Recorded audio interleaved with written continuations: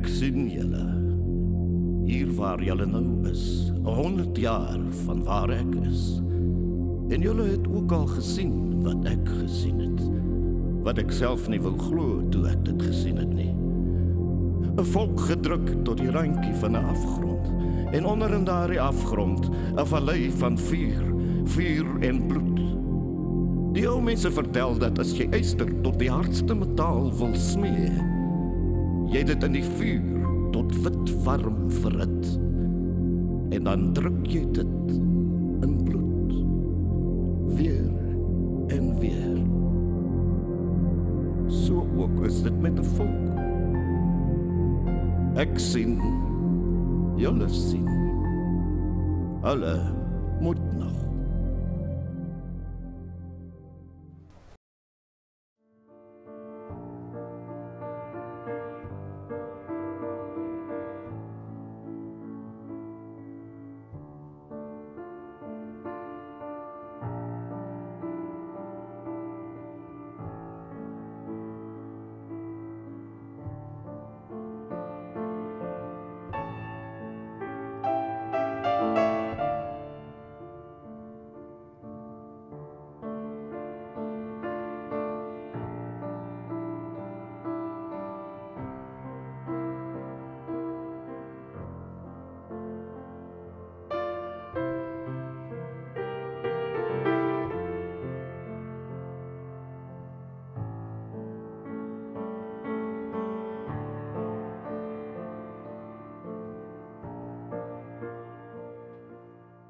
Wat ek destyds as dogter van 16 jaar kan onthou van die Boereoorlog in 1899 tot 1902.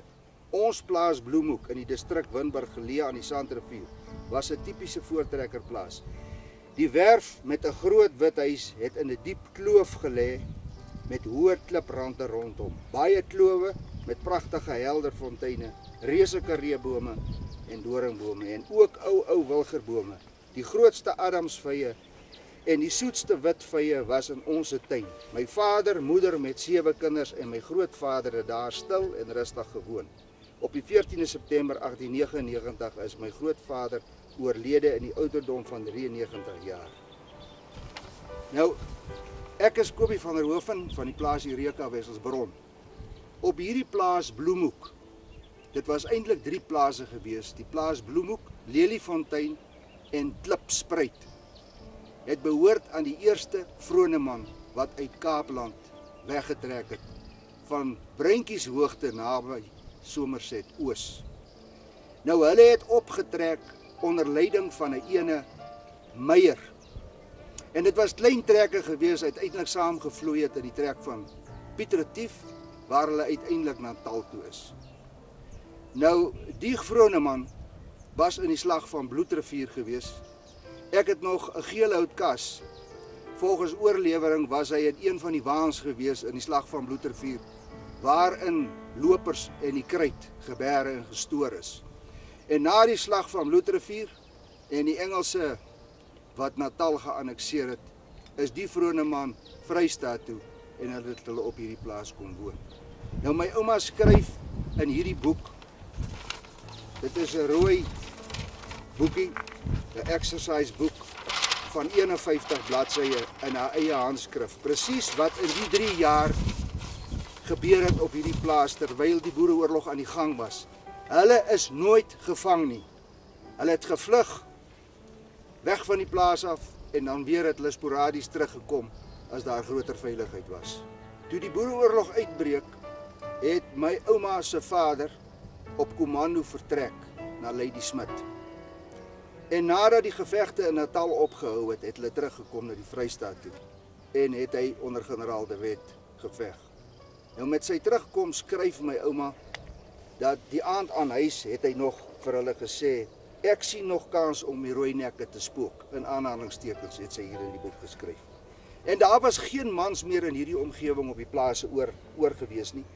En die gerug het versprei dat al die seentjies bokant 12 sê sy, die gaan gevange geneem word en na die konsentrasiekampe teruggebring word. En nou skryf sy hier pertinent as 'n mens nou kyk die omstandighede huidiglik. Sy sê die volk op die plase was verskriklik brutaal gewees en jy kon met hulle niks uitrig nie. Met ander woorde, hulle is opgery deur die Engelse wat in hierdie land ingekom het. En nadat die gerug bekend geword het dat Robertse in Winburg is, het my ouma hulle besluit die waardevolle goed moet hulle in die beeskraal gaan begrawe. Hy het onder andere 'n naaimasjien en breekgoed en ook gereedskap het hulle in die beeskraal gaan begrawe. En sy en haar susters het dit in die nag gedoen sodat die volk nie bewus daarvan was dat hulle die goed weggesteek het nie. Op 'n sekere dag het 'n boer op die plaas aangekom en gesê dat my ouma hulle onmiddellik moet pad gee as gevolg van die feit dat hulle sien hier 'n groot slagting gaan plaasvind hier op hierdie plaas spesifiek. Hulle het toe die wa met die osse het hulle ingespan en hulle is toe hierdie 14-15 myl Ventersburg toe waar hulle tydelik oorgebly het. Nou Adoons, hy het maar die hele tyd hier agtergebly en probeer kyk wat hy kan red en wat te redde is. Met my ouma hulle se terugkeer was dit aaklige tonele wat hulle hier beleef het. Die bilsakke in die huis is oopgeruk. Sy skryf hierso dat die hele werf was wit van die vere gewees. Hulle het omtrent tussen 100 en 200 witganse gehad. Die Engelse het dit op hierdie groot gronddam wat voor die huis was, het hulle almal doodgeskiet. Die Engelse het die hoenders gevang en hulle het opgeëet. Die skape is doodgeskiet, die beeste is doodgeskiet. Dit was een groot verwoesting gewees. Hulle was baie teneergedruk en verslae gewees omdat hulle besef het om op hierdie plase te oorleef is 'n onbegonne taak. Adoons het ook 'n skrikwekkende storie aan my ouma hulle vertel dat hier baie boere is wat oorgegee het. Nou hulle het die boere kakieboere of bloedhonde genoem. En dit was die mense gewees wat uiteindelik volgens my ouma die vaderland aan die vyand gegee het. En sy skryf nog in hierdie boek van haar, die gedig van president Ryds, wat as volg lei: verrader monster, vloek der aarde, verneder skepsel der natuur. Dit is hoe hulle hierdie kakieboere beskryf het. So 3 weke nadat hulle teruggekom het op die plaas, het Adoons hulle eendag kom roep. En hier op een van die klipkoppies het iemand gelê wat dood is. Dit was 'n Engelse Tommy gewees. Hy het op sy rug gelê. En my ouma sê die regterhand van hom was al klaar opgevreet gewees deur die aasvoëls. Nou hy was al in 'n staat van ontbinding gewees. Al wat hulle by hom gekry het, was 'n waterbottel gewees en 'n paar koekies seep. En in 'n leersakkie van hom was 'n paar briewe gewees wat hy van sy vrou in Engeland ontvang het. Nou ouma hulle was vies gewees om aan hom te vat omdat hy in 'n staat van ontbinding was, maar sy het toe nou vir die kinders gesê, vat die briewe dat na die boereoorlog beëindig is, ons die goed vir sy vrou kan terugstuur en vir haar sê waar lê hy uiteindelik begrawe. Nou dit het toe dan ook gebeur dat 'n week later, toe daag hier 'n Engelse Tommy op. Hy is toe nou in elk geval begrawe deur Adoons. Maar 'n week later toe daag hier 'n Engelse Tommy op met 8 swartes. En hulle het laat toe vir ouma hulle aan dat hulle die Tommy vermoor het. Hulle het hom opgegrawe en sy nek was al totaal ontbind gewees, maar hy het die bewering gemaak hulle het hom keel afgesny. En die Engelse Tommy met 6 van die swartes het toe na 'n buurplaas toe gegaan, na een mevrou Coetzee. En volgens wat ouma skryf, is die inligting deurgegee aan die Engelse dat sy het 'n vuurwapen gehad, 'n geweer wat sy begrawe het en hulle die geweer gaan soek. Maar 2 van die swartes het agtergebly en by die kombuis gebly om hulle nou op te pas in die tussentyd.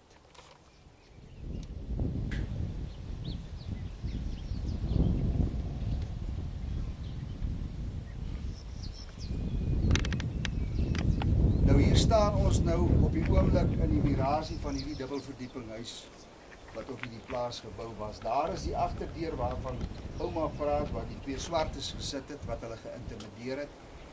Sy sê hulle was verskriklik bang geweest en hulle ma het hulle nou maar omarm En dan het sy vir hulle nou uit die Bybel uitgelees en onder andere skryf sy hierso, het haar ma gesê, is die nood so hoog gereken, dat jy nergens uitkom sien, nog heb geen kwaad te vreesen, God, u God, vergeet u niet. Gelukkig het daar 14 perderyters uiteindelik betyds opgedaag, wat so 1,5 kilometer op een van die rande was. En hulle het hier na die plaas toe gekom en uiteindelik het die twee swartes hier in die tuin, hier agter die huis verdooi. Nou die troepe het begin, die Engelse troepe het begin om die huise te begin afbrand. En die vrouens en die kinders is na die konsentrasiekampe toe vervoer. En my ouma Grootjie het toe besluit, maar kyk, 'n konsentrasiekamp is nie vir ons klomp gemaak nie. Hulle het toe beginne om te kyk waar die gate en slote in die walle van die Sandrivier is. Sy skryf ook hierso, sy sê ja, hulle het in die walle van die Sandrivier, in die klowe en die slote met die klipgate, was vir hulle beter gewees as die konsentrasiekampe. En dan het hulle kos en klere en melk, adoons het van die beeste gemelk wat nog oor was. Dan het hy die melk vir hulle gebring waar hulle weggekruip het so vir 3-4 dae en dan het hulle uiteindelik weer teruggekom huis toe as die gevaar verby was. Ouma vertel in hierdie boek en 'n mens kan sien dat hulle was hewig ontstoke gewees weens die verraad wat plaasgevind het. Sy sê hierso, die kakieboere of bloedhonde soos ons hulle genoem het met swart kommando's uitgetrek. Die besoeke op die plase het snags plaasgevind, meestal so teen hoenderkraai. Dan het hulle op ons afgestorm en boere kom soek gewere en ammunisie. Wanneer so 'n swart kommando die huis binnendring, gebeur dit op die mees brutale wyse. Onder vreeslike gevloek, geskel en dreigemente, sodat ons verskrik en magteloos om ons moeder gestaan het, totdat die swartes na hartelus en willekeur die huis deursoek en geplunder het. Hulle slaan 'n spieël sommer fyn en al wat hulle sien verwoes hulle. By 'n swarte is geen genade nie. Dit was ondraaglik. Ons het al gou besef dat ons blootstaan vir baie groot rampe. Die bevelvoerder of aanvoerder van die swartes wat gewoonlik by ons besoeke afgelê het, was 'n boer met die naam van Berg, 'n Winburger. Hy het van 400 tot 800 swartes onder hom gehad en verder het hy ander kakieboere onder hom gehad. Die aanvoerders het nooit self in die huis gekom nie, maar altyd op 'n afstand gebly en soos die son uitkom, dan ry die swartes weg en dit het baie keer gebeur dat 1 of 2 kakieboere net tot voor die deur kom en op hulle perde bly sit. Ek onthou so goed, een baie koue môre, hou een van die kakieboere voor die deur stil en my moeder staan op die stoep en ons staan om haar. En hy trek sy handskoen uit en sê, "Môre tant Miem, wil jy my nie die hand gee? Wil jy my die hand gee?" My moeder sê aan hom, "Christian, skaam jy jou nie?" Toe was dit 'n jonge pienaar wat voor haar groot geword het. Toe was daar honderde swartes besig om te plunder. Hierdie musiek 'n slaapvertrek gewees het hier waar ons nou staan. Dis 'n dubbelverdieping. Dis 'n dubbelverdieping, daar kan jy sien. Daar is die houding binne-in gewees. My ouma beskryf 'n ander voorval toe Berg met sy kommando hier opgedaag het. Sy sê daar was soveel swartes gewees wat bankvas teen mekaar gestaan het in hierdie huis dat hulle nie eers kon beweeg het nie. Hulle het die oggend het hulle 'n skaap geslag en die skaap is eenvoudig net deur die swart kommando gebyt en hulle is moet hom weg. En teen ligdag het hulle al die beeste, die melkkoeie bymekaar gemaak wat nog op die plaas oor was. En as gevolg van die feit dat een van die kinders siek was en hulle melk nodig gehad het, het een van my ouma se susters gesmeek by een van die swart manne om asseblief een melkkoei agter te laat. Sy het vir hom gesê, "Outa, asseblief, los vir ons net een melkkoei vir hierdie siek kind." Waar hy vir hulle op brutale wyse sê, "Ek is nie 'n outa nie, noem my 'n sir." Ouma skryf dat haar pa het 2 keer saam met generaal De Wet die Kaapkolonie ingetrek. En na die tweede keer wat generaal De Wet teruggekeer het, was hy een nag hier aan huis. En toe hulle oë uitvee, was hier weer 'n swart komando op hulle gewees. En oupa het hier by die voordeur toe ontvlug en hy's hier af in hierdie groot sloot en hy gaan wegkruip in die Kweperlanding. Maar nou skryf ouma hier, sy sê dit het nou al bitter gegaan met ons. Ons was beroof van alles behalwe nog 200 skape. Die het maar oor die hele plaas geloop. Dit het oor die hele plaas geloop. Ons wou dit ook nie meer by mekaar maak en huis toe bring nie, want dan vat Berg se swartes alles. Ons het 17 ooe afgekeer om te melk en elke aand het my suster en ek gemelk. Elke een het sy eie ooe gehad om te melk. Elke ooi het haar naam gehad. En dit is 'n wonderlike ding as jy 'n skaap goed ken. Dan kan jy duidelik die gelaatstrekke bespeer en elke skaap lyk afsonderlik. Dis daar soms dat burgers op ons afgekom het waar ons sit en melk, dan terg hulle ook nogal in skree. Naand julle melkboere.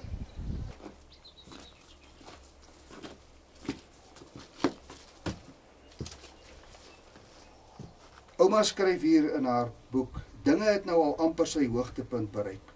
Ons was so te sê nakend. Sonder kouse en skoene.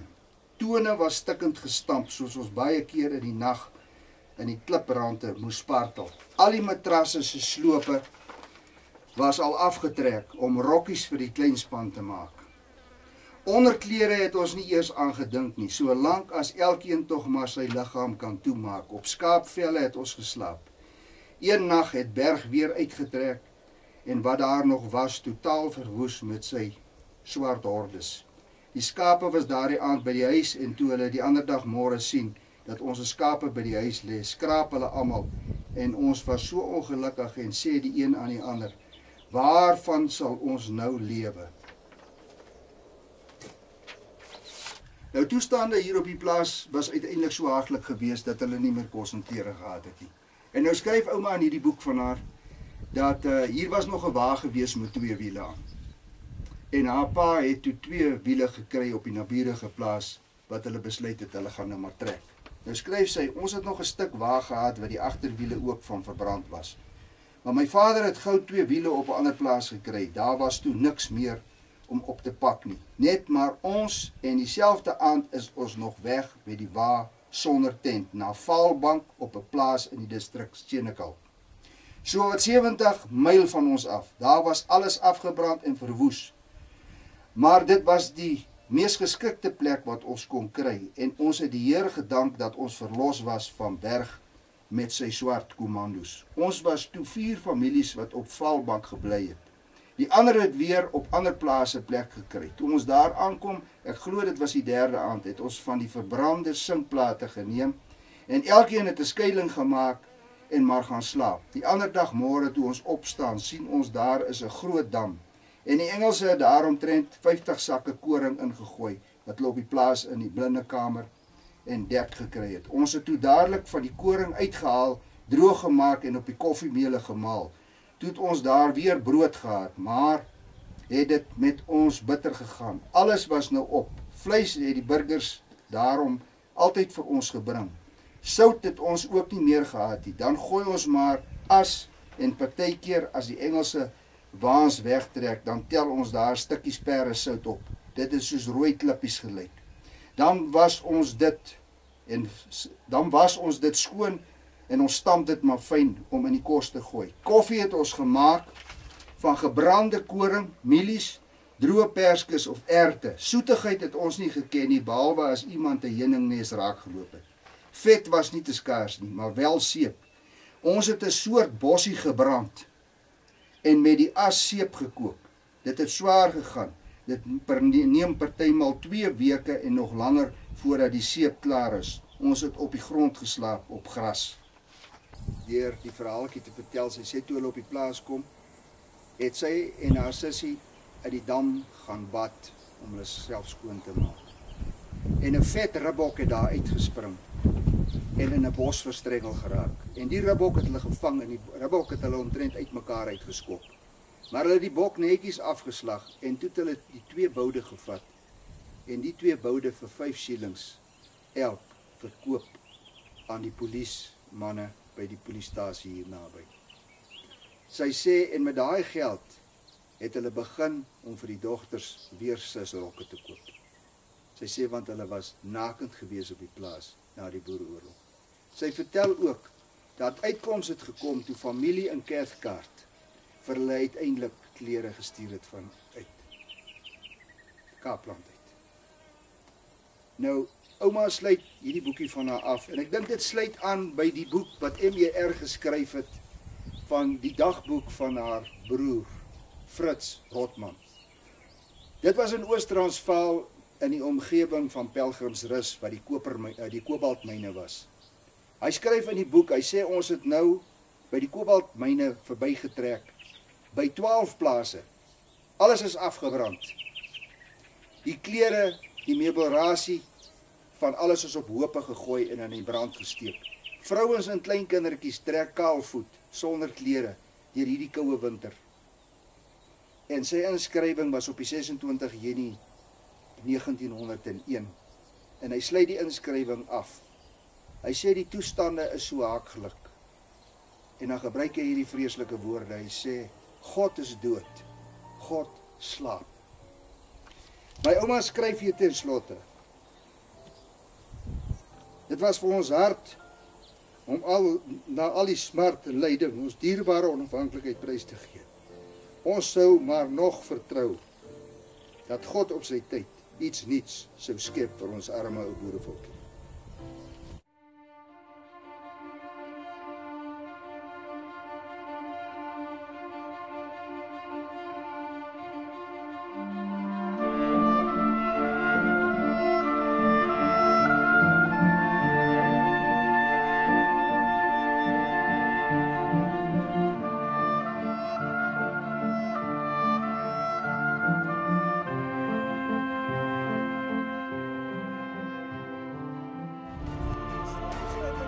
Van generaal Bert Wessels wat begrawe is op die plaas Strydfontein. Hierdie plaas het hy gekoop van 'n venter en generaal Bert het gekom van na Wimburg distrik waar sy paal 'n plaas gehad het waar die teen aan die plek waar die Voortrekker monument daar staan. Daar kom hy vandaan en as oudste seun moes hy toe uitgaan en vir hom 'n ander plaas kry om weer sy familie te begin. En hier langsaan is ook sy vrou se graf. Sy is in 54 oorlede, en soos ek reeds genoem het, toe is die plaas verdeel in 8 stukke. Op hierdie Strydfontein gedeelte het my ouma gebly totdat my pa getroud is. En toe my pa se hele lewe draai daar by haar kom aan. Is tot dusver hier. Ek het hom ontmoet. Ja. Hoeveel kinders was Hulle was die uit 8 kinders gehad, die generaal, en waarvan hulle almal in hierdie omgewing begrawe is, op verskillende plekke. Kan jy iets onthou wat oupa vir jou vertel het van die Anglo-Boereoorlog? Nee, ek het hom Of nie nou? geken nie. O, jy hom nie geken nie. O, Ek het hom nie geken nie. Hy is oorlede voordat hy's in 25 oorlede. en jou pa nooit vertel van oupa se heldedade en goed oor die Anglo-Boereoorlog. Hy was ook eintlik baie, kyk, hy en my jongste tante was na die oorlog gebore. So hulle het eintlik net hulle onthou die swaar van die sukkel om weer te begin. Ja. Maar hulle onthou, en daar is baie ouens wat goed opgeteken het oor generaal Bert Wessels. Hy was 'n leier in die gemeenskap. Ek het nog in my besit 'n goue horlosie waarin staan gegraveer vir die dienste wat hy vir die gemeenskap gelewer het. Ja. Ja, werklike boer in murg en been. Ja. Ja. Ja, Murgenbeen. Baie dankie. Ollie Wolken, ons staan nou hier in Skanskraal op Ventersburg. Die Skanskraal is nie altyd vir verdediging gebruik nie. Tydens nagmaal saamtrekke het die mense hier in die omgewing kom kampeer met hulle waans en tente en dan is die kerkdiens hier in die Skanskraal gehou. Is ook ander saamtrekke wat regeringsleiers besoeke gebring het, want hulle ook hierso vergader van die mense in die omgewing. Dis nou voor Ventersburg as 'n dorp tot stand gekom het. Nou later jare toe die Basotho-oorlog nou ernstig was, dat die mense hierheen gekom, die vrouens en kinders, vir ingeval hulle aangeval word. Maar die plek is nooit regtig onder aanval gewees nie. En na, dink ek 1870, toe die dorp nou gevestig geraak het, het hy redelik in onbruik geraak. En is eers weer in 1938, tydens die herdenking van die groot trek, wat die aandag weer op die plek gevestig geraak het. Van die ossewaans wat van die Kaap af gekom het, het onder andere hier oor sementblad voor die monumentjie getrek. Hulle spore lê nog steeds daarso. Hier is onder andere ook huweliksbevestiging gehou. Die bruid het by daai opening ingery gekom op 'n skimmelperd met 'n wit rok en 'n kappie op. 1800 gaste het die geleentheid hier bygewoon. Die geleentheid was net afgehandel, toe sak hier 'n geweldige bui reën uit, toe moes almal hardloop vir skuiling. Dit het nogal redelik indruk gemaak onder die op die en so met die gevolg is, hy is nooit regtig gebruik nie. Ons het nou maar in 1988 weer die groot trek herdenk, toe is daar weer 'n seremonie hier gewees en dit was die laaste. Ek is Pieter Albert Venter van die plaas Kareepoort Ventersburg. So die 7de geslag van die voortrekkers wat hier deurgetrek het. Hierdie plek waar ons nou staan, het ons nou al die jare genoem as Skanskraal, en dit was ou voortrekker Piet Venter. Hy was ook hooflandros hier so in Ventersburg gewees. En van die grafte wat naby die spruit was, het er nog opgegrawe en hier so voor Skanskraal in 'n monument begrawe. Maar die storie van die Skanskraal is eintlik toe P.A. Venter hier gebly het op plaas Kromfontein, eintlik op Strydfontein en toe op Kromfontein, het een van sy seuns Moses kinders gered uit die Sandrivier van verdrinking. En toe daar 'n goeie verhouding ontstaan tussen Moses en die Venters wat dan hier gewoon het. En hy as 'n blyk van waardering en vrede moes Moses toe vir hulle, het hy toe besluit om 'n wit os te stuur vir P.A. Venter.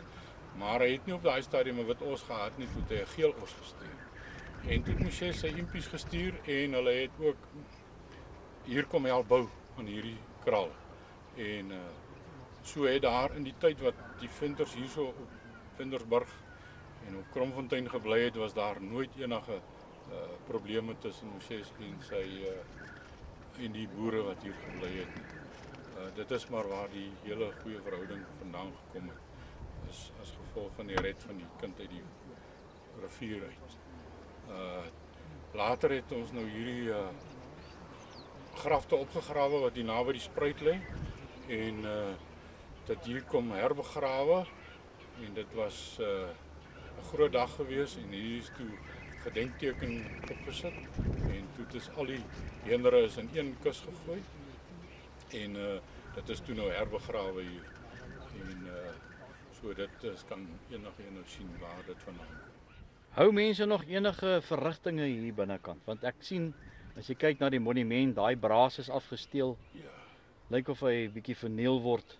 Ja, dit gaan deesdae is hier omtrent niks meer. Dit was laas met die wanneer was dit laas? Toe was hier nog 'n verrigting geweest, nou word hier nie meer verrigting. Kyk, op P.A. Venter het hom hier gevestig tussen 1840 en 1850. Hy is omtrent so op 35 as hy oorlede as gevolg van die koors. Ja. Hy en sy vrou is vroeg oorlede.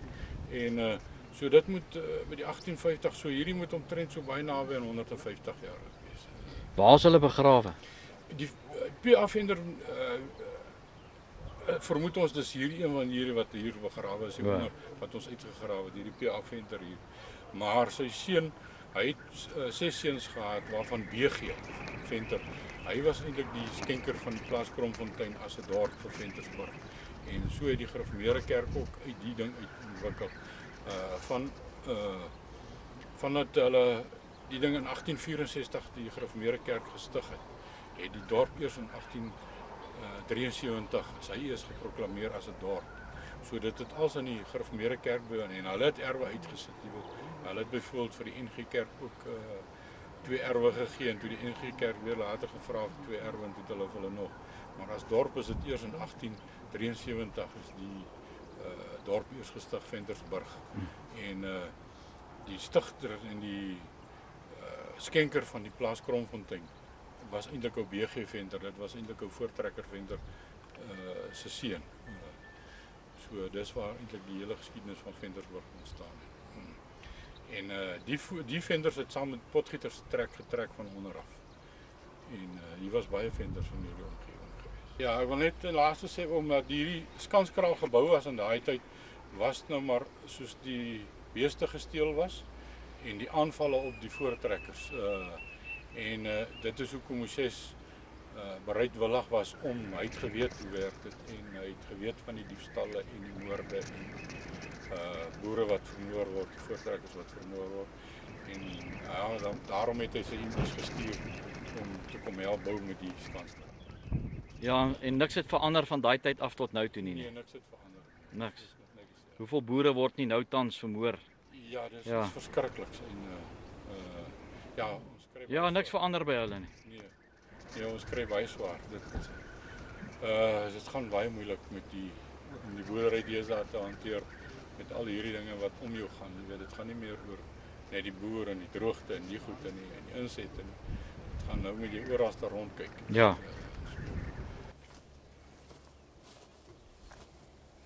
Nou ja, hier is ons nou binne in die beeskraal waarvan ouma geskryf het. 'n Mens kan sien hier is 'n klop klimpbanke wat hier uitsteek binne in hierdie kraal. Maar dit is alles waarskynlik dat hier waar hierdie grondgedeelte was die gedeelte in die kraal gewees waar die naaimasjien en al die gereedskap en die borde en die koppies weggesteek is wat hulle in die nag hier begrawe het. Gate hier by die huis. Ek was by 'n vorige geleentheid het ons nog hier van die ou tydse borrels het ons hier opgetel. Ek het onder andere hier 'n Martini Henry doppie opgetel. En as 'n mens hier in die rand te loop, hier's nog baie ou 303 doppies wat die Engelse hier afgevuur het. En hier is van hierdie borde se stukke hierso wat ons nog borde het in die huis wat nog van my ouma afkomstig is. Soos hierdie skerf deel was van 'n netjie se bord of 'n ornament is hy gebreek en so is mense ook vernietig en verwoes op hierdie plaas. En dit het hulle gedoen ter wille van vryheid van hulle vaderland. En in 94 het ons hierdie land weggegee sonder dat een enkele opoffering gemaak is.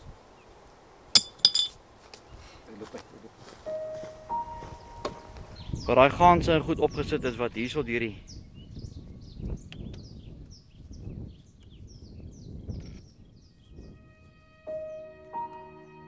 Nou ja, ek het nou hierso van die dambal afgestap. Dit was die gronddam gewees waarop die klomp ganse was wat die Engelse so verwoes en doodgeskiet het. Hier ongelooflike baie klowe wat water opgevang het. Met ander woorde, 'n mens moes aanvaar, hierdie dam was permanent vol met water gewees. En as 'n mens nou agter hierdie dam wil kyk, hierdie populierbos. Ouma skryf onder andere in die bos. Hulle het 'n ou neef gehad wat in hierdie plaas gebly het, hier agter 'n randjie. En hy was sieklik gewees, hy's nie opgekommandeer gewees vir die oorlog nie. En hy het in hierdie populierbos het hy 'n soort bas gekry nog van die bome waarmee hy velle gelooi het en waar hy vir hulle skoene van gemaak het. Maar die swartes het hom ook in hierdie huisie van hom blykbaar agter hierdie rand het hulle hom betrek en hulle het hom gemartel en uiteindelik het hulle hom 2 skote gegee en hy's oorlede. En toe hulle by die huisie kom, het hulle gesien hy was nie onmiddellik dood gewees nie, hy het vir hulle nog die verhaal vertel. Sy gesangeboek was oop gewees op Gesang 84, waar hy op sy orgeltjie gespeel het en self gesing het.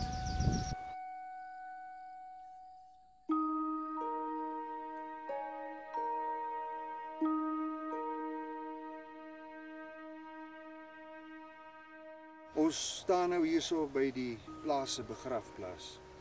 Hier moes seker omtrent 10 mense begrawe gewees het. Ouma skryf van die grootvader wat op 93 jarige ouderdom begrawe is. En die boetie wat gesterf het, wat klein was. En sy meld ook van 'n tante van hulle, ene mevrou Poetsee, wat 'n kankergewas aan haar kop gehad het, wat hier gesterf het toe die Morgenster uitgekom het. Sy skryf met groot weemoed dat die môrester is vir haar iets afgryslik om aan te dink, want die sterftes het altyd daai tyd op hierdie plaas plaasgevind. Dis baie duidelik hierso, hierdie bome wat hier geplant is, was bome op die hoeke van hierdie begraafplaas, maar ongelukkig hier is nie meer kopstukke oor nie, alles het vergaan in die tussentyd. Die vraag is al vir my gevra, hoekom my ouma Grootjie en oupa Grootjie nooit hier begrawe is nie. Hulle het weggetrek na die oorlog, na Koppies toe. En 'n mens weet nou ook nie, as gevolg van alles wat hier afgespeel het, die armoede, die ellende, die moorde wat hulle moes aanskou het, dat dit so 'n effek op hulle gehad het, dat hulle besluit het om die plaas te verkoop en pad te gee. Ons sal nooit weet.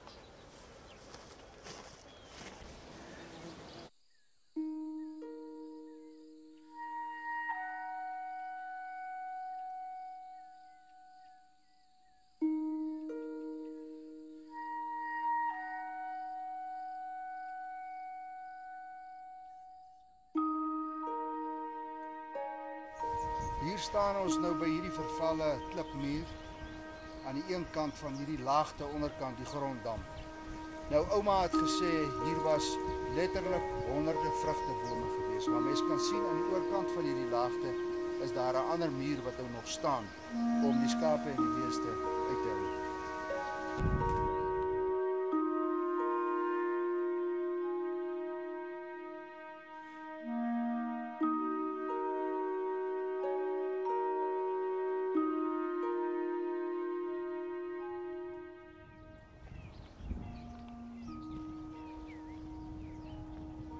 Agter my het ons nou gesien 'n geel perskeboom en ook 'n granaatboom wat plus minus 120 jaar oud is.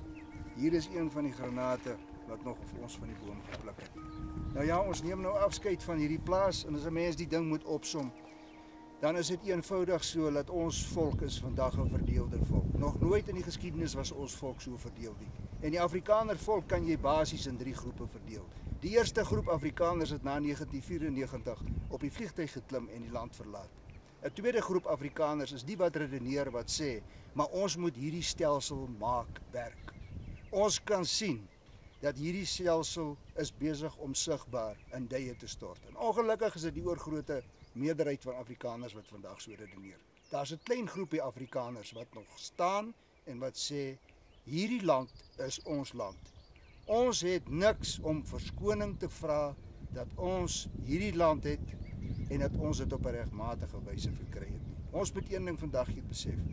Die voortrekkers het in hulle testament vir ons 4 belangrike dinge nagelaat. In die eerste instansie 'n vryheidsideaal. Geen volk kan bestaan sonder 'n vryheidsideaal en 'n vaderland nie. Die mense in die Oos-Kaap het getrek om weg te kom van 'n Engelse regering af, wat besig was met 'n filantropiese gelykstellingsbeleid tussen swart en wit. En ook om weg te kom van die ellende van die Tlomkhosas op die oosgrens. En daai vryheidsideaal was die dryfkrag gewees hoekom ons voorgeslagte 'n eerste en 'n tweede vryheidsoorlog geveg het. Hoekom daar 'n rebellie was in 1914. Hoekom generaal Hertzog by De Wild gaan staan het en gesê het Suid-Afrika eerste. Hy stig die nasionale party en hy het van die taalstryd 'n politieke stryd gemaak. In 1934 is die stryd verder voortgesit deur mense soos Dr. Malang, Hans Strydom, Dr. Verwoerd, Eric Lou, Blakkie Swart, wat die gesuiwerde nasionale party gestig het, om buitekant die ou SAP party die stryd weer voort te sit, sodat ons uiteindelik in 1961 'n republiek kon kry. Dit was die eerste belangrike nalatenskap, 'n vryheidsideaal. In die tweede instansie het die voortrekkers vir ons 'n vaderland nagelaat, die republieke van die Transvaal en die Vrystaat. Die groot trek is afgesluit met die totstandkoming van die Sandrivier en die Bloemfonteinse konvensie in 1852 en 1854, waar die grootste moondheid van daai tyd Brittanje ons soewereiniteit erken het. Ons is onafhanklik, ons het ons eie grondgebied. Dit was die tweede belangrike nalatenskap. En die derde, wat seker die belangrikste van alles is, dat die voortrekkers het die gereformeerde leer, die binneland, ingevat. En dit wat in die waakus was die Hollandse Statebybel se inhoud, die 3 formuliere van eenheid en die inhoud van die katekisasieboek. En dit was ons behoud gewees dat ons vir 350 jaar hier aan die suidpunt van Afrika te kon oorleef. En die vierde nalatenskap is dat die voortrekkers het vir hulle nageslag geleer dat om in Afrika te kan oorleef, jy op staatkundige gebied so moet optree dat elke volk binne sy eie grondgebied oor homself moet regeer. Kobie, as ek vir jou mag vra, ons is nou in Desember 2016. Ek weet die kyker wat hierna kyk, ek hoef dit nie te verduidelik nie, ons almal weet wat is die omstandighede huidiglik in Suid-Afrika, die geweldige moorde wat op die blankes toegepas word. En hierdie is nie 'n politieke stelling nie, dit is waarmee ons vandag, op hierdie datum, hier waar ons sit op hierdie klipmuur, 'n werklikheid is. As jy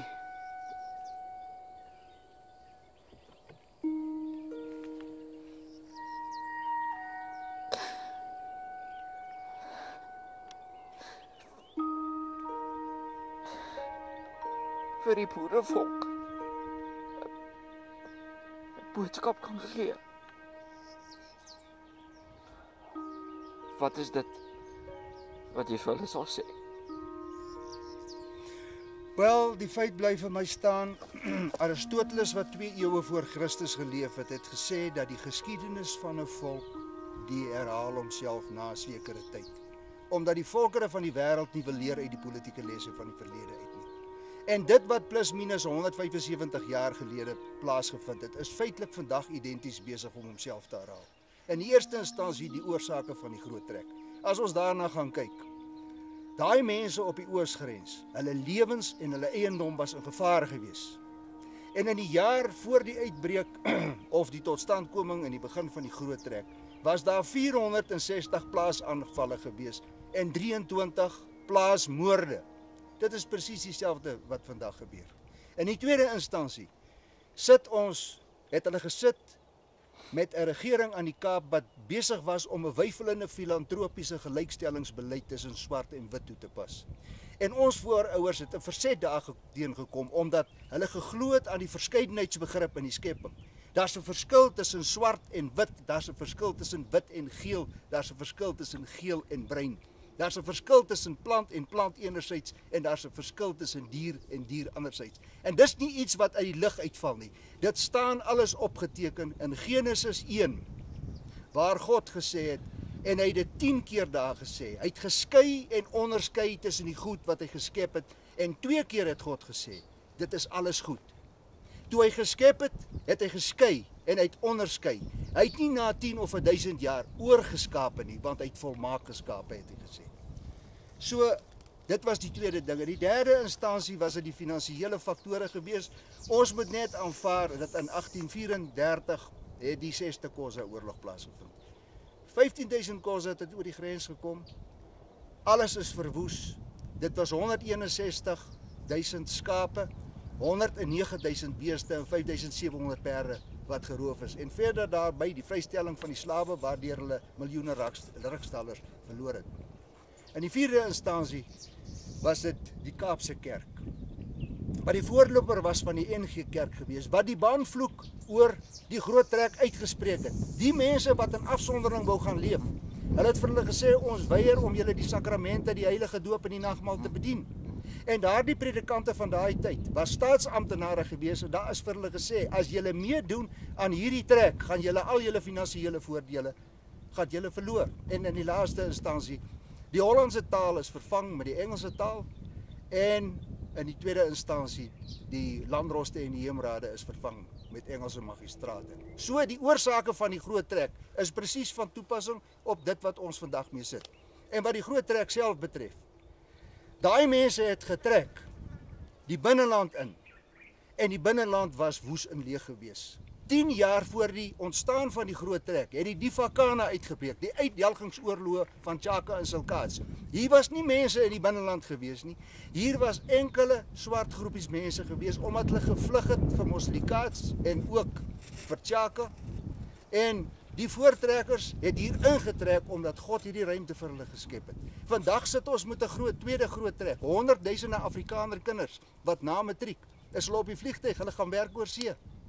Dis 'n tweede groot trek. En in die derde instansie sal ons dit ernstig weer moet oorweeg om vir 'n derde keer weer 'n gelofte te maak met God. Die eerste gelofte is afgelê by Bloedrivier en die tweede gelofte op die voorhand van die uitbreek van die Eerste Vryheidsoorlog. En dit is maar net eenvoudig so, met hierdie nuwe grondwet wat aanvaar is die drie-enige God uitgeskryf uit hierdie grondwet en hy's vervang met 'n menseregte handves. En presies wat met Israel in die woestyn gebeur het, het met die Afrikaner volk gebeur. Ons het 2 groot volksstemmings gehou. Die eerste was in 1983 met die inwerkingstelling van die 3-kamer parlement. En toe het die Hindu en die Boeddhis en die Mohammedaan ingekom. Hulle het ingekom en in 1992 met die volgende referendum het die swart voorgeeste, Afrika vaderslike voorgeeste, het in die parlement ingekom. Daar is nie meer sprake van 'n drie-enige God nie. En as 'n mens in retrospeksie gaan terugkyk, dan sit 'n mens net en dink wat in 83 gebeur het. Daar sit die ou groot krokodil P.W. Botha met sy hele caucus, met die nasionale party en die oppositiepartye. En toe daar gestem moes word dat die Hindu en die Boeddhis en die Mohammedaan moet inkom, was daar nie een man wat opgestaan het en gesê het, hier trek ek 'n streep in die sand, ek gaan nie verder nie. Daar was nie een Caleb en Joshua gewees wat gesê het, ek gaan nie verder nie. Daar was nie 'n Martin Luther wat opgestaan het, soos hy opgestaan het teen die Romeinse kerk en sy 95 stellings vasgespijker het en gesê het, hier staan ek kan nie anderster nie, God help my. Wie van ons volk ken nog die geskiedenis van Polycarpus? Polycarpus het geleef, die geslag na die 12 apostels van Christus. En hy was 'n baie vooraanstaande, gesiene man. En hy was 'n gelowige mens gewees, hy was 'n volgeling van Christus gewees, want daar was 'n geweldige vervolging van die volgelinge van Christus. En op 'n sekere dag het hulle hom gedreig dat hulle sy vrou gaan doodmaak. En sy antwoord was aan hulle gewees, as julle my vrou doodmaak, is sy onmiddellik by Jesus. En op 'n sekere dag, toe gryp hulle vir Polycarpus. En Polycarpus het alles bely. Hy het bely Christus se maagdelike geboorte, die feit dat hy 33 jaar op hierdie aarde was, die feit dat hy die seun van God is, dat hy aan die kruis gesterf het, dat hy opgevaar het na sy Vader toe. En hulle gryp hom die dag en hulle sleep hom daarso na die brandstapel toe. En toe hulle hom op die hout vasbind, toe pleit hulle nog en hulle sê vir hom, asseblief sweer hierdie dinge waaraan jy glo. Sweer dit af en ons los jou uit. En luister wat sê Polycarpus vir hulle. Hy sê, die dag toe Christus na die kruis toe geloop het ter wille van my sondes, het hy nie omgedraai nie. Ek is ook nie bereid om te draai nie. Vat die vuurhoutjie en steek my aan die brand. Ons volk moet terugkeer na God Almagtig.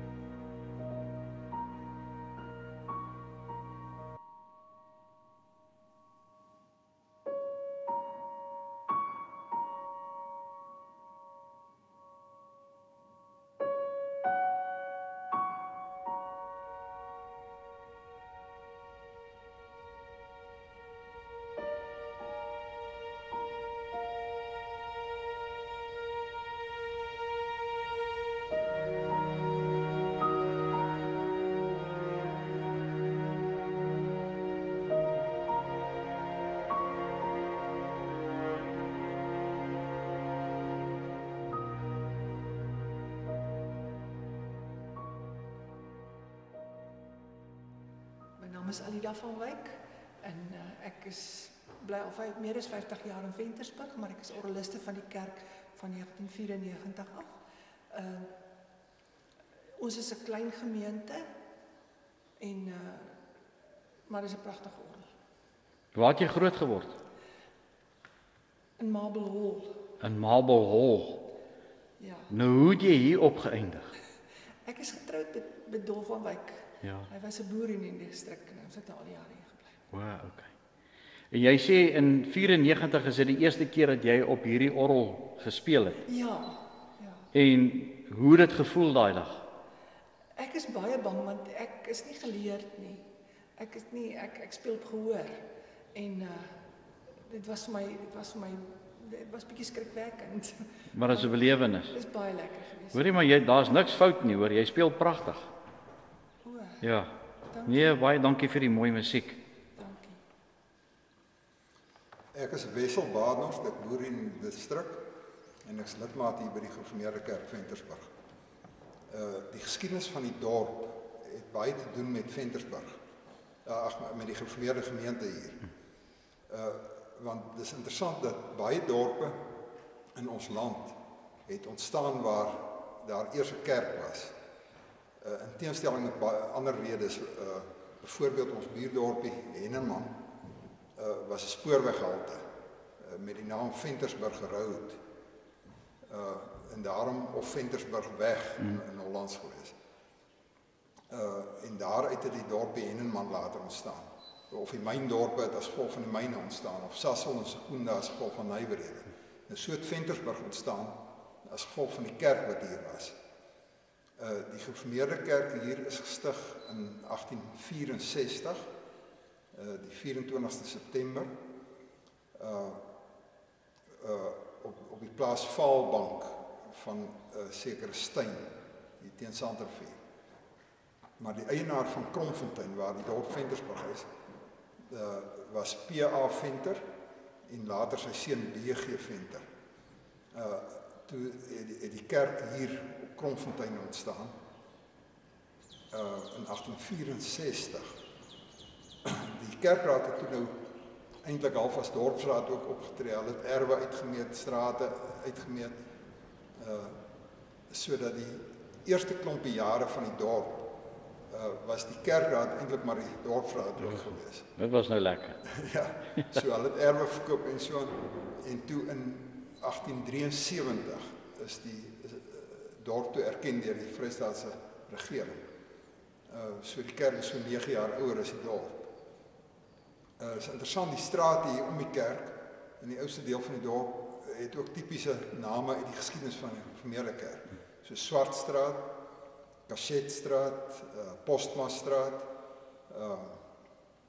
Van Andelstraat en Koetseestraat. Seker bekende predikers gewees. Ja, is nou verskillende redes. Cachet was byvoorbeeld 'n teologiese professor in die Gereformeerde Kerk. Swart was die man wat eintlik by die gemeente stigting betrokke was. Postma was die eerste Hollandse predikant wat van Holland afgekom het en toe die Gereformeerde Kerk hier begin het in 1859. Die Van Andel is 'n interessante een. Hy was nooit in Suid-Afrika sover ek weet nie. Hy was 'n ouderling in Holland. Maar hy het die roepstem gehoor uit Suid-Afrika, die nood van die mense wat die kerk hier wou gehad het. En hy het bietjie vuur gemaak onder die Hollanders, sodat hulle iemand moet stuur en as gevolg daarvan is Postma toe nou hier. Ek ben erg verdomd. Ja. Nou wat gebeur het, die dominee Postma, Dirk Postma, het tussen Rustenburg in Wes-Transvaal waar die Gereformeerde Kerke eintlik ontstaan het in 1859 en Burgersdorp in die Oos-Kaap het hy heen en weer getrek die gemeentes bedien. En toe hierdie B.G. Venter het hom toe hier by Sanderveer voorgestaan en vir hom gesê maar hulle wil hier ook dienste hê. En so het hy dan nou elke keer as hy hier verbygaan hier dienste gehou. Dit was nou hier van 1862 af. En toe in 64 is die gemeente toegestig. Vir baie jare was Ventersburg toe die enigste gereformeerde gemeente noord van Bloemfontein. Eintlik noord van Reddersburg gewees. Sodat 'n groot deel van die Noord-Vrystaat is eintlik se gereformeerde kerke is maar afgestig van die Gereformeerde Kerk Ventersburg. Miskien kan ek net iets interessants vertel oor die ou traporgeltjie. Die Moet nou nie vertel wat ek nou gesê het van my asma probleem nie. Die kerk het nie 'n musiekinstrument gehad vir sangbegeleiding nie. En toe was hier een gemeentelid wat toe nou baie graag musiek in die kerk wou gehad het. En hy koop toe 'n traporgeltjie en wat hy toe vir die kerk wil skenk. Maar die kerkraad sê toe nee, daar's nie iets in die Bybel sekers van begeleiding nie, op 'n orgel nie, so die orgel hoort nie in die kerk nie. Nou, hy skenk toe maar die orgel aan een van sy dogters. En 'n paar jaar later toe probeer hy weer met die tweede orgel. Die kerkraad sê nog steeds nee, en die tweede dogter kry 'n orgel. En toe besluit hy nee, wat hy gaan bietjie meer drasties optree, koop toe die derde orgel en hy bring hom kerk toe. Tot groot ontsteltenis van die kerkraad, maar hy veg toe die ding deur. En toe sê hulle goed, hy kan die orgel in die kerk speel, maar hier binne in die kerk nie, maar wel in die konsistorie. En toe die orgel eers in die konsistorie gestaan. So die gemeente kon hom nie sien nie. En toe ruk later eers dat hy toe die verlof gekry om die orgel in die kerk in te bring. So dit was die eerste orgeltjie. En toe in 1930 is hierdie groter orgel toe nou ingesit vir kom uit Duitsland, 'n Walker orgel, soos jy gehoor het met 'n baie mooi klank. So dit is nou al 86 jaar wat die orgel nou al die gemeente sang begelei. Die traporgeltjie daar waar hy nou staan, is dit waar hy oorspronklik gestaan het? Nee, ek dink dis maar vir uitstalling. Maar net vir uitstalling. Ja, wat dan op die verhoogie daar staan, ja. Maar jy sê ook die kerk het ook 'n tragedie beleef, weer eens deur die Britte in die Anglo-Boereoorlog. Ja. Wat het gebeur? Wat gebeur het, kyk die Engelse het se opmars het van die suide van Bloemfontein af gekom, by Junctions Drift, dink ek is hulle oor die Sandrivier. Generaal Hamilton was in bevel. En toe het hulle Ventersburg ingeneem en eintlik die hele dorp afgebrand. Albei kerke, die gereformeerde kerk en die NG Kerk wat toe ook al bestaan het, is toe afgebrand met die gevolg dat die albei 10 jaar na die oorlog hulle huidige kerkgeboue opgerig het in 1912.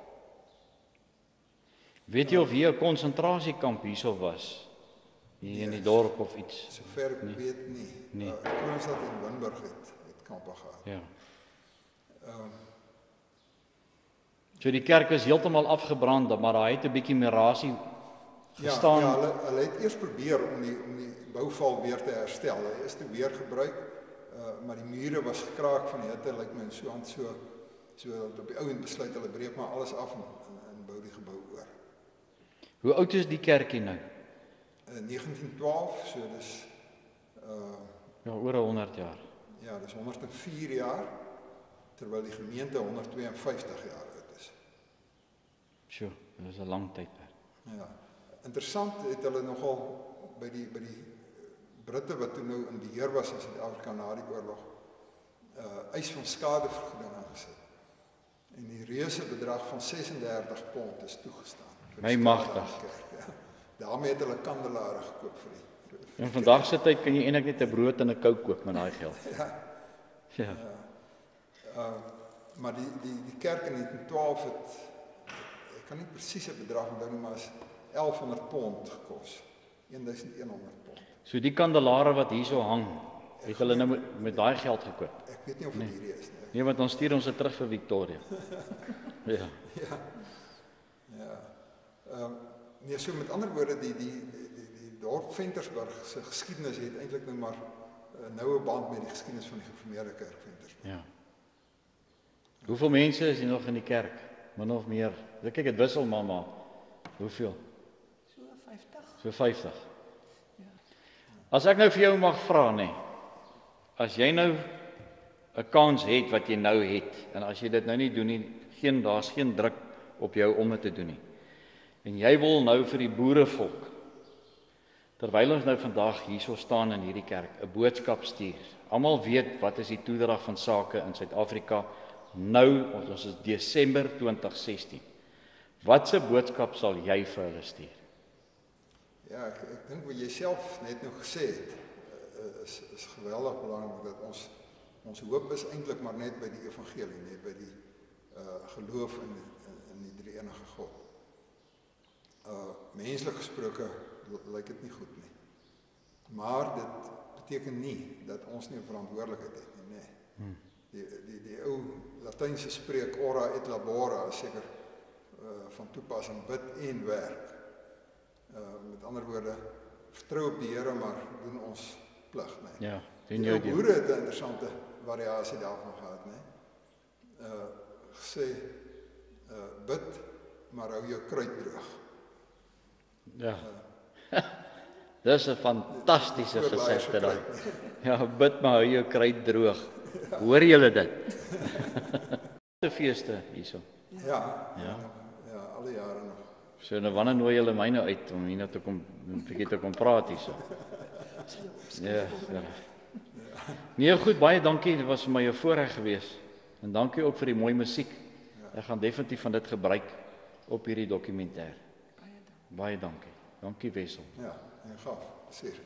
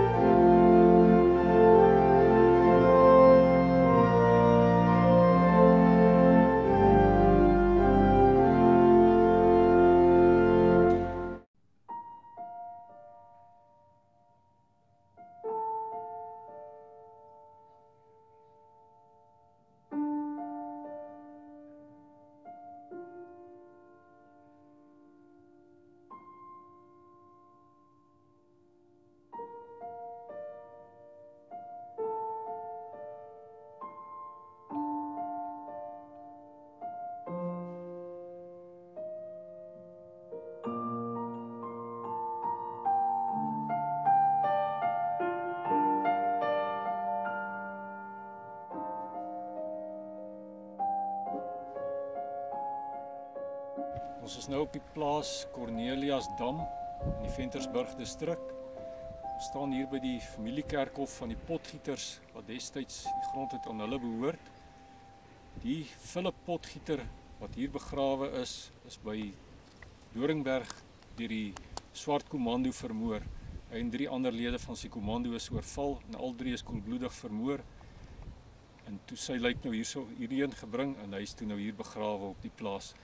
Hier is nog 3 ander kinders ook, 4 ander kinders begrawe, maar dit is as gevolg van natuurlike oorsake wat hulle oorlede is. Philip spesifiek is vermoor. So die Philip is vermoor deur die komando wat aan Olof Berg behoort het. Dis reg, ja. Wat 'n joiner was, wat deur die Britte betaal was om die boere se plase in hierdie Wimburgs omgewing af te brand. Dis reg, ja.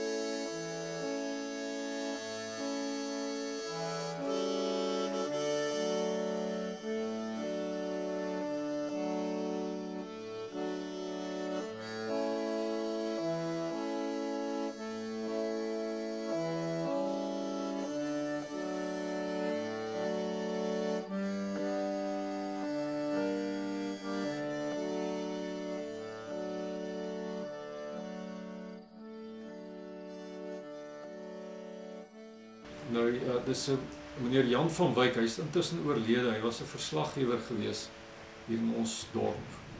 Toe het hy op 'n stadium geskryf: "Sou 'n mens vandag die naam van Olofberg noem, sou kwalike wenkbrau gelig word.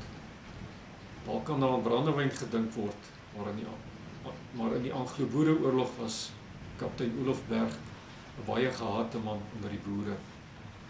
Hy skryf: "Berg was so gehaat dat hy bevelvoerder was van 'n korps blanke, wapenneerleggers en swartes wat verskeie boere vermoor, plaashuise afgebrand en vroue en kinders gemolesteer het. Hy het veral uit Windburg opgetree, maar later ook in die Doornberg naby Ventersburg geskuil. Die korps was op 28 Mei 1901 verantwoordelik vir die dood van Jan Scott, Windburgse burger. Hy is koelbloedig vermoor. Op sy grafsteen staan: gestorven deur verraad." Generaal C.R. de Wet maak ook melding van 4 burgers wat gruwelik deur Bergse korps vermoord is. Hulle was van kommandant Sarel Haasbroek se kommando. Die getuienis van burger G.J.S. van den Heever, wat 3 van die lyke gesien het, is bevestiging van hulle afgryslike einde. Hy meld aanhaling: die Hensopper onder bevel van Berg sny. Dis reg, jy kan maar net aangaan. Ek sal. Ja.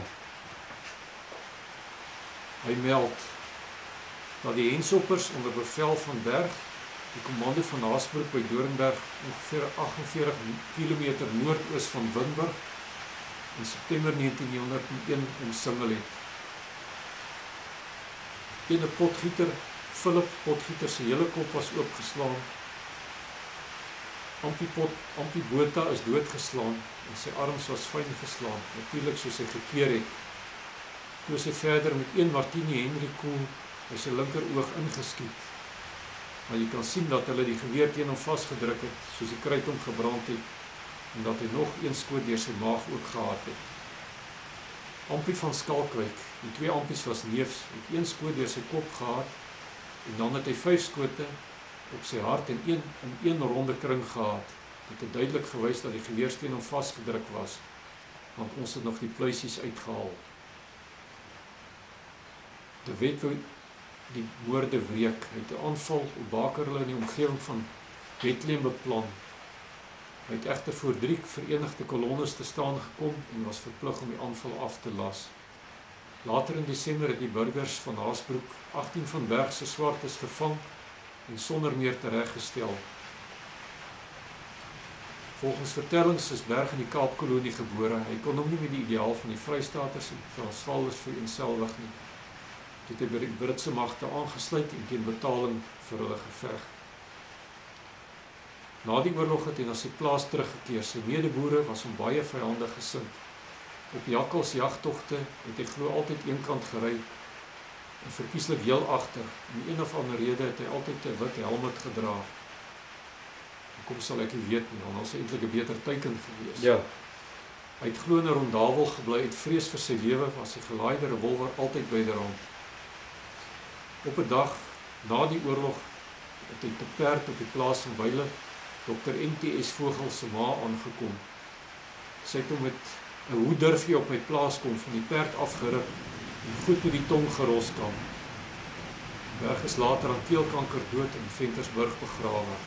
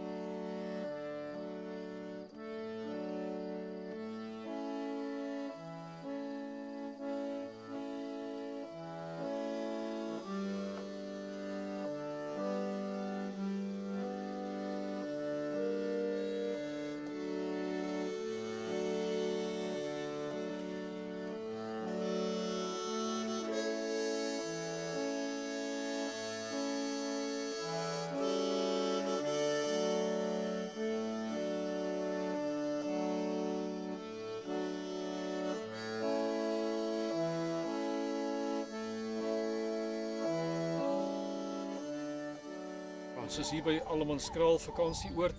Dit is tussen Ventersburg en Winburg, langs die N1. Ek wonder hoeveel mense is bewus van die feit dat hierso 'n veldslag plaasgevind het tydens die rebellie. Die woorde op die monumentjie sê dit alles. Hoeveel van die dinge is vandag nog van toepassing op ons, die woorde wat daar op die monument geskryf staan. Generaal de Wet se kommando was net buitekant die oord op 'n plaas gewees, die oord nou nog nie bestaan nie, en hy was op pad om by sy vriend generaal Cronje te gaan koffie drink. Hy en sy geleide van 30 man ry toe hier verby en sien toe dat daar 'n mag van die regeringstroepe langs die pad lê, en op 'n kort afstand het die persone op hulle begin skiet, en dis nou waar hierdie persone gesneuwel het en waar die tragedie homself afgespeel het. Die rebelle kommando het toe nou wel later opgedaag om hulle die vyand te verdryf, en hulle het hulle oor die rivier verder verdryf. Ja, dis eintlik 'n baie geskiedkundige plek waar ons nou tans staan. Om te dink hierdie manne het nie geskroom om te veg vir my en vir jou vryheid, sowel as ook vir die kyker wat daar na hierdie program sit en kyk. En die woorde is net treffend, want ons sit vandag in Desember waar ons nou tans in is, met dieselfde vryheidsstryd om ons eie grondgebied te kry.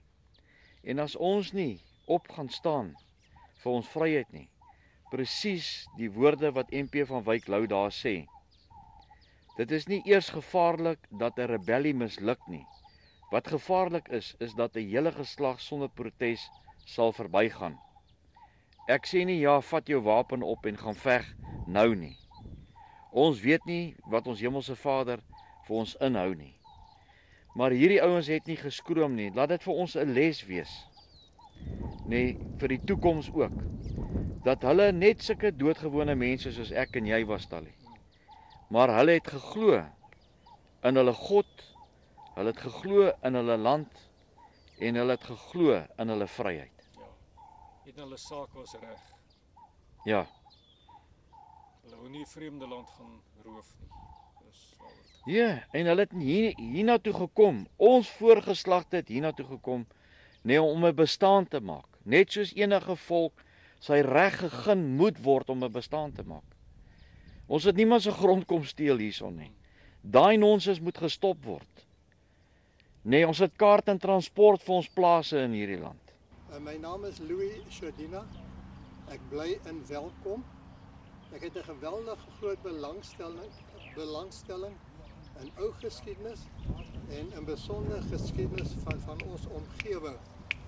Hier waar ons staan op die oomblik is Virginia Munisipaliteit begraafplaas, en hierdie blok is bekend as die militêre blok hierso.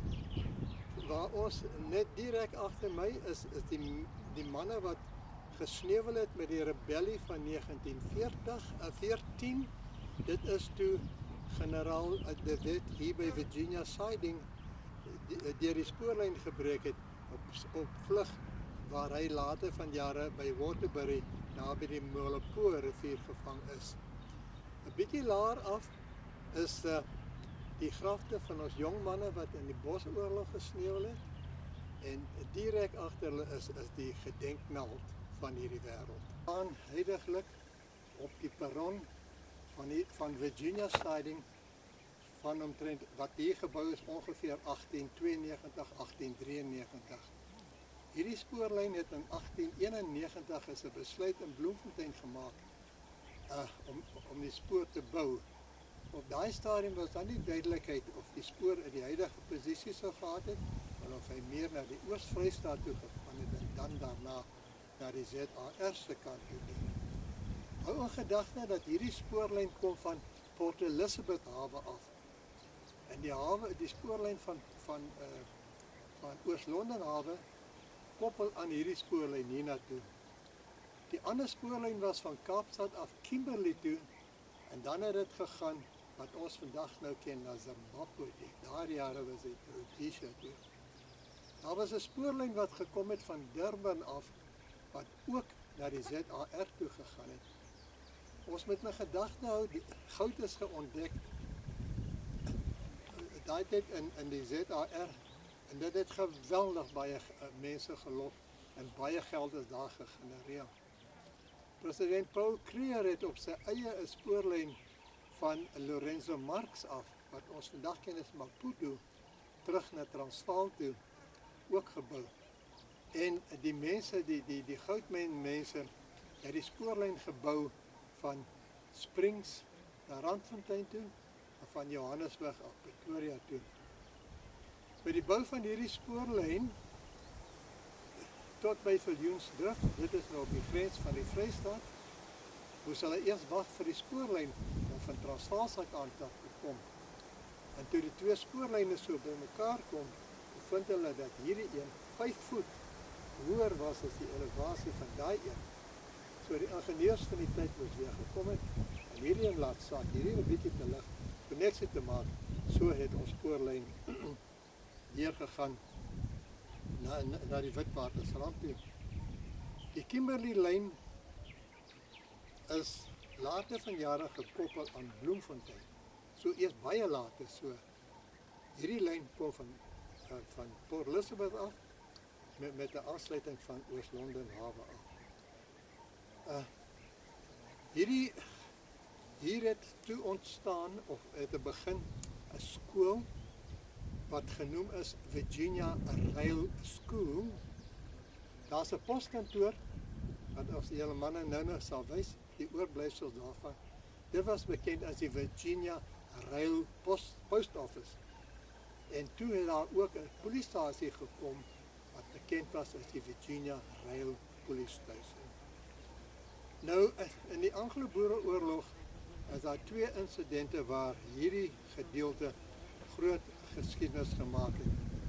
Die eerste was op 10 Mei, toe daar oorlog gedoen is, en soos die boeremagte teruggeval het, was Lord Roberts en die Engelse bevelvoerder hierso, en generaal Koosdelery was saam met die Vrystaatse burgers, en is hier waar hy toestemming gekry het, hy is terug Wes-Transvaal toe, en generaal Louis Botha, wat daai stadium van die Natalse gebiede afgekom het hier beheer oorgeneem. En hy was het geveg terug tot Pretoria. Roberts was bekend vir sy tegniek. Hy het 'n vleuel op sy linkerkant gehad en 'n vleuel op sy regterkant gehad. So hulle was in werklik in die spoor nie meer om 'n vleuel op linkerkant en 'n vleuel op regterkant. En so het hulle pad ook geveg. Dit is op 10 Mei. Van die mense, van die Engelse soldate wat gesneuwel het, was hier reg by die ingang van die skool begrawe. Toe op 16 Junie van dieselfde jaar, die boere het toe die spoorwegbrug beskadig hierso en hulle die laagwaterbrug beskadig. En die Engelse magte het die konstruksiewerk oorgedoen, die pad ook reggemaak. En terwyl hulle daarmee besig was, het Paul Roux, wat op daai stadium 'n predikant was, hy was ook 'n veggeneraal, met manne uit die Suidoos-Vrystaat uitgekom en die Engelse magte hier aangeval, hier by die huidige brug. Dit is daar waar Major Seymour gesneuwel het. En sy geskiedenis vind ons in die boeke. Hy was iemand uit Amerika uit. Een van sy luitenante kom ook uit daai wêreld uit. En dit is daai geweldige groot standbeelde wat opgerig is waar Seymour gesneuwel het. Daai grafstene is later van jare verwyder en herbegrawe in die Kroonstad militêre begraafplaas, daar in Noordstraat. Nou kom ons met die rebellie. Ons ken die geskiedenis van generaal De Wet. Daaraan gaan ek nou nie veel aandag gee nie. Maar die geskiedenisboeke sê dat toe generaal De Wet en sy manne in Windburg gekom het, was daar havoc. in die gebied. Die spoorlyn is plek beskadig en generaal Louis Botha en sy manne het met die spoorlyn afgekom tot hier wat ons vandag ken as Tennyson. Daar het hy op die spoorlyn gekom en reg tot in Windburg geneem. Toe daai mense van Windburg nou besef dat Louis Botha en sy kanonnes agter hom en toe die eerste skote klap, toe vlug hulle na Mushroom Valley toe, afvegte en die regeringmanne agterna. Daar het hulle gedraai, het hulle opgekom deur die Vrystaat. Toe was daar nog 'n groot aantal burgers by. En hierso het kolonel Brandt, die spoorweg soldate, het almal hiernatoe gekom soos die wet opgewees het. Tallis jou meer vertel van daai gedeelte. En hier het die wet 'n groot gedeelte van die manne teruggestuur na die Oos-Vrystaat. En hy en 'n klomp manne is hier oor die brug. En verder aan, al langs die Sandrivier, waar die Sandrivier by die Vetrivier by mekaar kom, dan sal het tot by waar die Vaalrivier kom, oor die rivier, en dan is alles op pad dan die Molopoort toe, agter generaal Marits toe. En daar is die generaal en sy paar manne wat nog oorgebly het gearresteer. Die plekkie se naam is Porterbury. Die ou geskiedenisboeke sê vir ons 15 myl suid van die Molopoort. Nou, van die manne wat hier, die regeringsmanne wat hier gesneeuwel het, was hier na die ingang tot die skool toe, op regterkant was die manne van 1900, en hulle was op 1914 gedeelte, in die teenoorgestelde kant was gehad. Dis nou die manne wat herbegrawe is in die Virginia militaire gedeelte daar so. Van hier af gaan ek julle wys waar is die skool gewees, waar die postkantoor is. Van daar af gaan ons na die brug toe. En as ons daar klaar is, gaan ons uitry en waar die huidige pad is waar die oorspronklike polisiestasie gewees het. Baie dankie. Dit is ongeveer so 30, 35 jaar terug dat ek die eerste maal hier gekom het. Op daai stadium het ek navorsing gedoen op die Meinhard familie en hier in hierdie wêreld het ek meneer Meinhard en sy suster geontmoet. Hulle het gebly in huis nommer 10 van die 12 huise wat hierso op die spoorweg by die siding gestaan het. Sy pa het gewerk op die spoorweg as 'n beater en hy was baie trots daarop gewees. Hy het my deur hierdie wêreld gevat. Ons het tree vir tree het ons hierdie wêreld deurgeloop. Dit is waaroor my kennis van Virginia siding so goed is. Hierdie gebou is die stasie is omtrent daar by 1893 is hy klaar. En net daarna het die postkantoor gekom. Die postkantoor was bekend as Virginia Rail Post Office. Dit was 'n geweldige belangrike kommunikasiepunt vir hierdie omgewing. Die posmeester het elke dag of wanneer hy pos gehad het om weg te stuur, afgeloop na die stasie toe. Die trein het daar gestop en hy het dit vir die kondukteur gegee om het verder te neem in die rigting waar dit moet gaan. En die teenoorgestelde was ook waar. Hy het afgegaan stasie toe. Wanneer die postrein nie aangekom het die kondukteur die possaak van hom gegee, hy het teruggekom en het uitgesorteer hierso. My ma was 'n Meinhard gewees. Sy is hier op 'n plaas gebore. Haar pa was 'n bywoner op 'n plaas gewees. En ek het van sy dokumentasie gesien in die spoorweg wat hy geld gevra het vir daai jare. Dis geweldige groot onkostes wat hy het.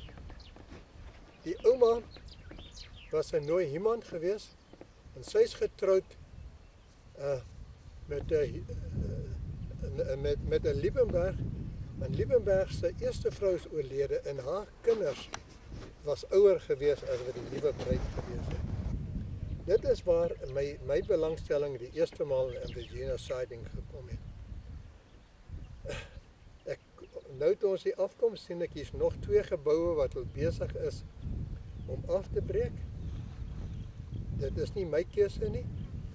En ons het so vinnig genoem dat hierdie poskantoor, die poskantoorgebou word ook as 'n plaasinstrument gebruik. Maar hoe pragtig sou dit gewees het as hierdie plek kon gerestoreer gewees het.